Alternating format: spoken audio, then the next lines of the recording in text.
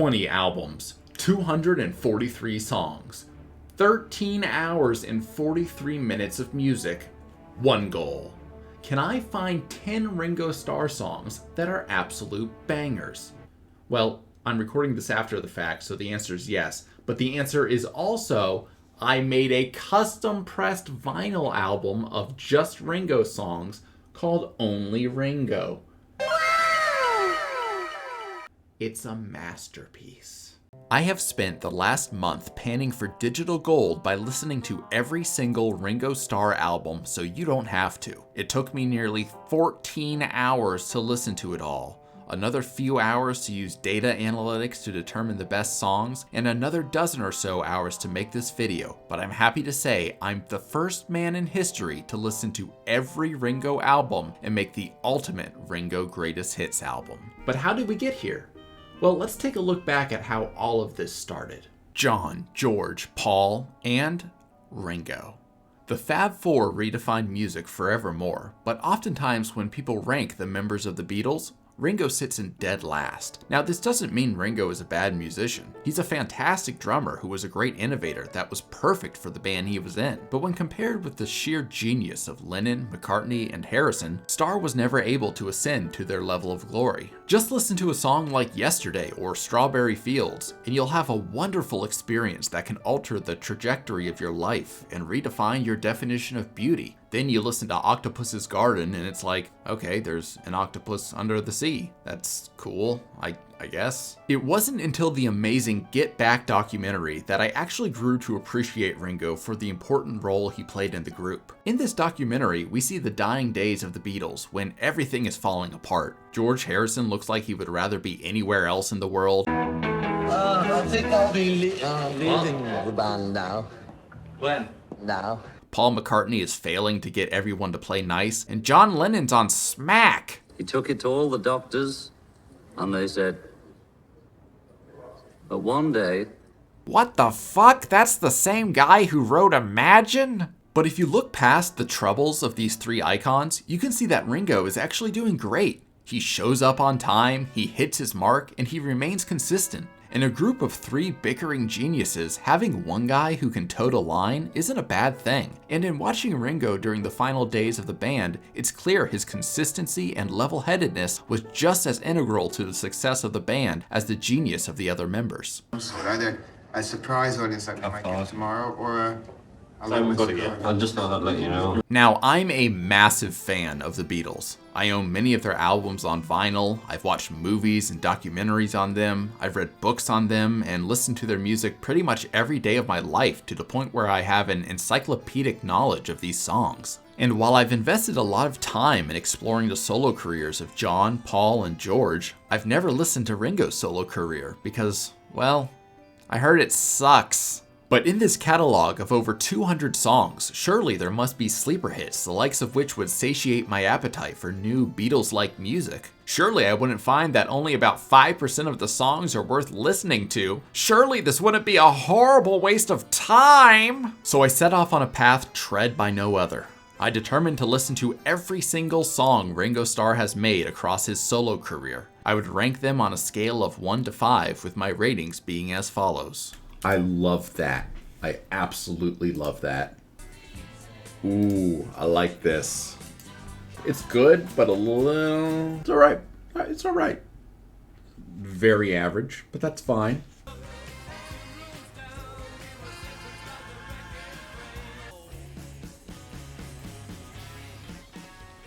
I don't like it.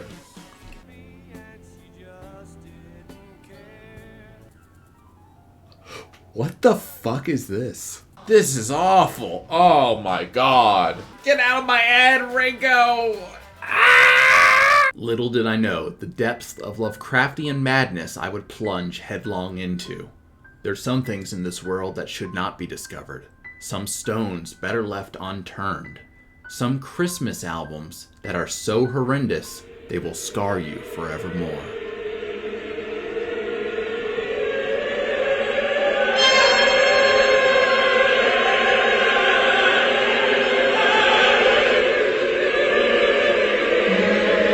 I started by making an Excel list of every single Ringo Starr album and song. The process took me much longer than anticipated because Ringo Starr has released 20 studio albums. That's more mainline albums than the Beatles themselves released. After putting all of these albums and each individual song into my spreadsheet, I did some quick math to understand the breadth of my endeavor.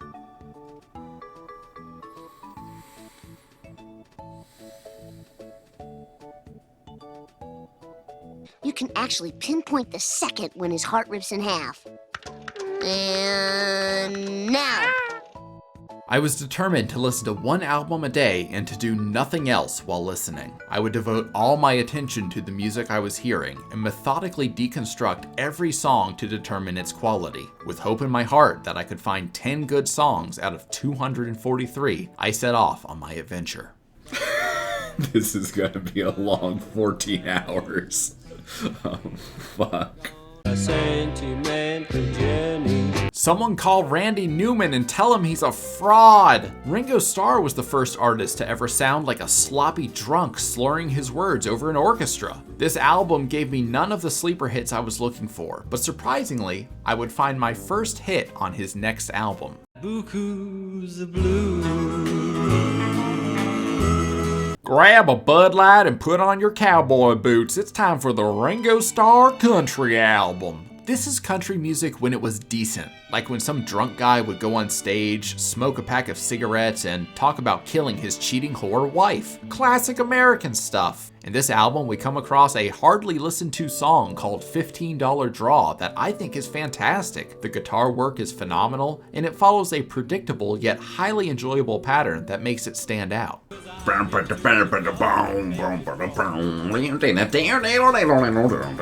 was great. I was expecting only mediocrity on this journey, but 1973's Ringo was actually a pretty decent album. It has some insanely good songs like I'm the Greatest, Have You Seen My Baby, It Don't Come Easy, and my personal favorite Ringo song, Photograph, a fantastic song made with George Harrison that is simply amazing. 2 of these tracks made it to my greatest hits album, and after 3 albums of increasing quality, I figured this journey would actually be kind of fun. Good night, Vienna. Then I listened to Goodnight Vienna and realized how stupid that hope was. This is like an album made by ChatGPT. Verse, chorus, solo, chorus. Every damn song. The best part of this was the No-No song, which, and I'm not joking about this, is a reggae style song about staying sober and rejecting drugs. Oh. Ooh.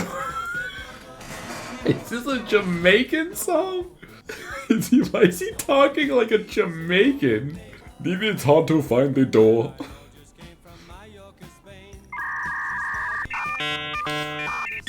Oh, Spain. Cocaine. He's gonna say cocaine. Welcome. This one's another stinker, but this time it's a stinker with variety. My favorite part of the album is how it ended on a track called Spooky Weirdness, which is just a bunch of people on cocaine talking and fucking around in the studio. And they just kept it on for some reason. You know I'm drowning. The year is 1977, and disco is king, baby! Ringo is cashing in on that craze with his 6th solo album, Ringo the 4th. While I'm not a fan of the cocaine-fueled mess that is disco, this album actually has a couple decent tracks, with Drowning in the Sea of Love being 5 minutes of disco insanity where Ringo is really putting effort into the vocals. Then you have Wings. No, not that Wings. This Wings. This song starts with kind of a prog rock opening before dovetailing into just a well-rounded and well-made song that I genuinely enjoy. The album is not terrible, and I can't blame Ringo for cashing in on the disco craze just this once. Bad boy, yo, yo, yo, yo, yo. What's that? You wanted 2 disco cash-ins, you sick fuck? Ringo has you covered with 1978's Bad Boy, a cocaine-fueled nightmare of songs that go on for far longer than they should. There were times when I swore I had heard these songs before because they were just that bland. Wait, haven't I heard this song before? I thought I heard something just like this yesterday. Am I getting dementia? I don't know if Ringo had bills to pay or needed some coke money, but this album sucked hard. and take the time to smell the roses. True story, when I sat down to do this one, I thought it was gonna only be 32 minutes, but then I realized it had 6 CD bonus tracks, which we all know is where an artist saves their best work. On one of the bonus tracks, Ringo is just talking about gun laws for 2 minutes. Did you know every 13 seconds a handgun is sold in the United States? And every day 63 Americans are killed with handguns.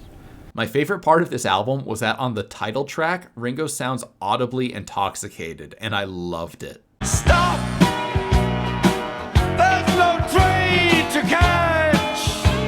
No, there isn't, brothers! It's hopeless. What can I say about Old Wave that hasn't already been said about explosive diarrhea? It lasts too long, it stinks like shit, and every moment of it made me want to just die so it would stop. Strangely enough, this pile of dog turds features guitar work from Joe Walsh and Eric fucking Clapton, but that couldn't save these jam sessions that assault you with bullshit. By this time in the challenge, I was getting tired. After about 100 songs, I had only found 6 that I rated at a 4.5 or above. I was feeling worn out from album after album of uninspired drivel. This is terrible. I'm really getting worried. I wanted to find 10 songs that were phenomenal. I found 2, and we're halfway through these albums. There are a few that are 4.5s that we could include. But then, the most unexpected thing happened. Ringo took almost an entire decade break from making studio albums, and you know what? It really paid off.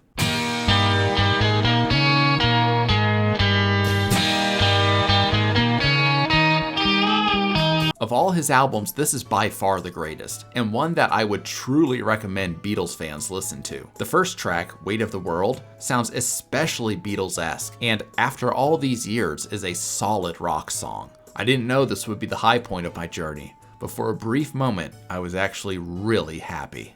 You did it, buddy. You did it. Mwah. Good job, Ringo.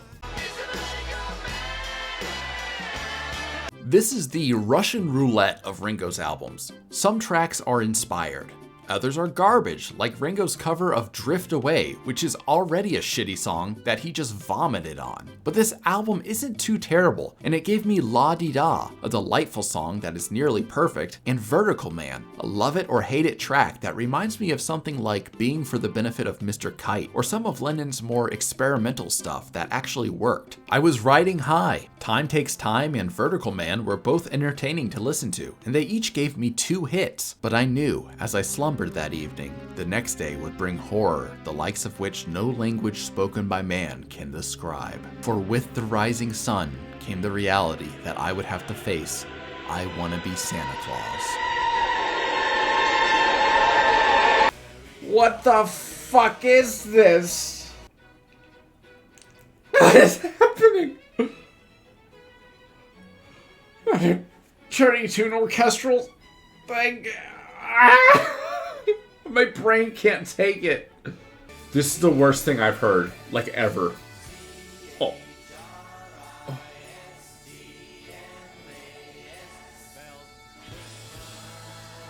This is like the worst shit I've ever heard in my life. I'm having a panic attack right now. I'm like freaking out.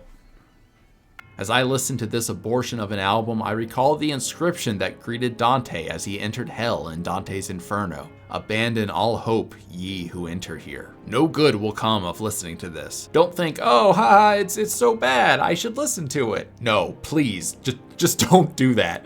This will break you, and it will make all music that you listen to for the rest of your life sound worse as you try to comprehend the madness you experience on this awful album. And 1, 2, 3. Ringo is back. With mediocrity. This is a very predictable album, but it gives us a beautiful song that actually made me, as a George Harrison fan, quite emotional. Never Without You is an ode from Ringo to George, the lesser-known pair of Beatles who had a great deal of affection for one another. You can really tell that Ringo has a lot of love for George Harrison, and it comes through beautifully in this song. As soon as I heard this song, I knew it had to be on the Greatest Hits album. Choose love.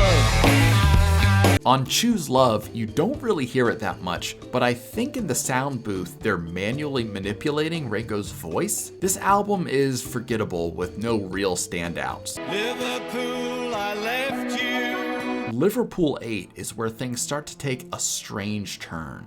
You see, Ringo's next album, released in 2008, came out 3 years after T-Pain's first album. What do T-Pain and Ringo have in common? Well, T-Pain made autotune as something cool and unique. Then everyone copied it in the worst ways possible. Sadly, this includes Ringo, who from 2008 onwards has featured some of the most obvious and obnoxious ways I've ever heard. Love Is the standout of this album. As I was listening to it and realizing it was the first song in a long while that may be a perfect 5, I was very hopeful it would be perfect. Then, bad autotune came in and it proved to be the single error on this otherwise beautiful track. Wait, what was that? Everything. Listen. I hate that. No, it was perfect.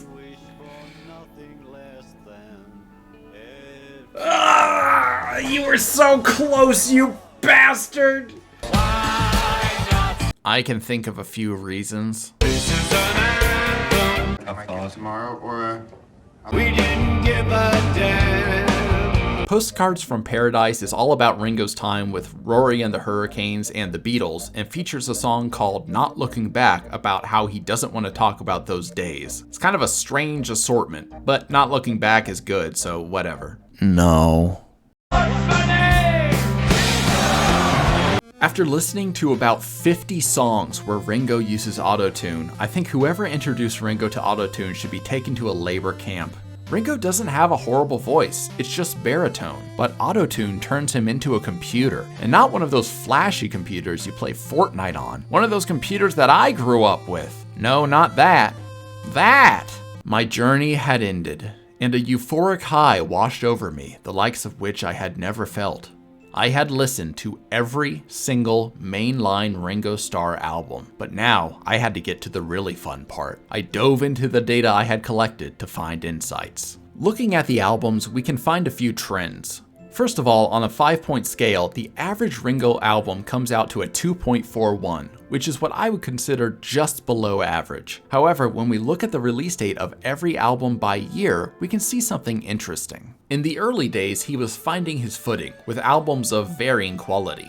In the late 70s to early 80s, the quality trended downward, but then after his break from making albums, the quality shot up before his Christmas album plunged it to depths never before seen. And around the time autotune was created, his albums entered this strange stasis where they were constantly meh. If we look at the song rankings, we can see that only 4 out of 243 reached the heights of pure greatness with a 5 out of 5 rating, while another 9 were considered very good at a 4.5 rating. But these few gems sit atop a mountain of garbage and account for only about 5% of his total songs. Now that I had hard data and was able to determine 14 songs worthy of a greatest hits album, I set to work to create an album that would be rated higher than any other Ringo has made. I had a novel problem in that I had committed to only 10 songs, so I had to take a few off. It took me hours to determine which songs would make the cut and how to arrange them artistically. But after becoming a Ringo expert, I had done it. I had made the ultimate Ringo Starr greatest hits album.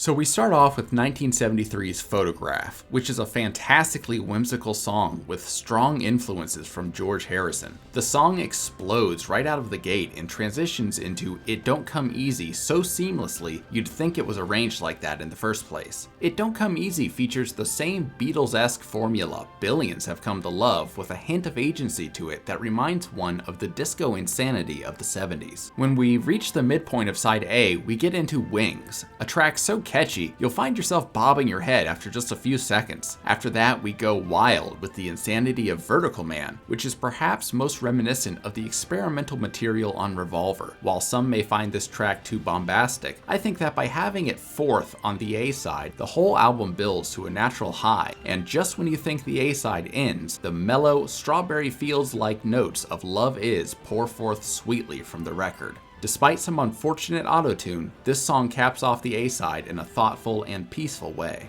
When we turn to the B-side, we start with another bang on Weight of the World, the undisputed masterpiece of Ringo's solo discography. From there, we go to the anthem of the album, La Di Da, a song with a chorus so simple but brilliant that you can't help but sing along. La Di Da abruptly ends before you hear the beginnings of $15 Draw, an American country anthem that harkens back to the days when country music reflected the soul of a bold, roughneck America. After that, the album cascades into the touching tribute to George Harrison, Never Without You, a song that will make any fan of the Fab Four shed a tear for those that have passed but have not been forgotten. Finally, we end on Not Looking Back, for truly, after listening to every Ringo song, watching a multitude of interviews with him, and watching scores of videos of him, it's clear he is a brilliant and dynamic soul that has led an extraordinary life worthy of examining past the juvenile years he spent with the Beatles. While Starr is often the most overlooked Beatle, Not Looking Back shows us that his future is just as bright as his past. Despite the fact that he has many songs I detest, I feel that his music and message are just as worthy to listen to as any from the other three in the band. In fact, ever since I made this list, I find myself listening to some of his best songs over and over again, with the same passion I have towards some of my other favorite artists.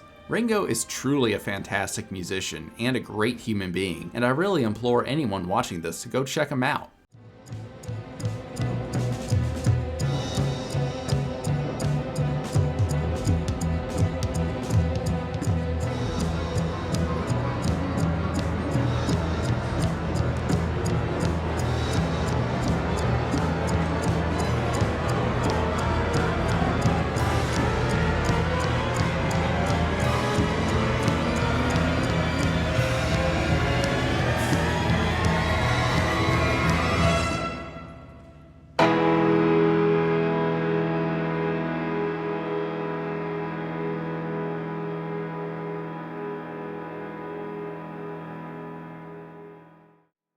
So my journey is over, and if you made it this far, I have a couple gifts for you. The first is a link in the description to my Only Ringo playlist, which you can find on Spotify, where you can listen to all the songs I've arranged in order on this Greatest Hits album. The second is another link to Ringo's Guantanamo Bay Special, a collection of Ringo's 10 worst songs that I put on Spotify that is a horrible, horrible experience to listen to. Finally, you'll see a link to my methodologies in the spreadsheet that I've put in the description as well, so feel free to dig into that if you'd like to. Give a few of these songs a listen and let me know what you think in the comments. I'll probably have another video in another month and a half, but until then, I hope you guys have a great day, and I look forward to having a new video soon. Thanks guys, bye.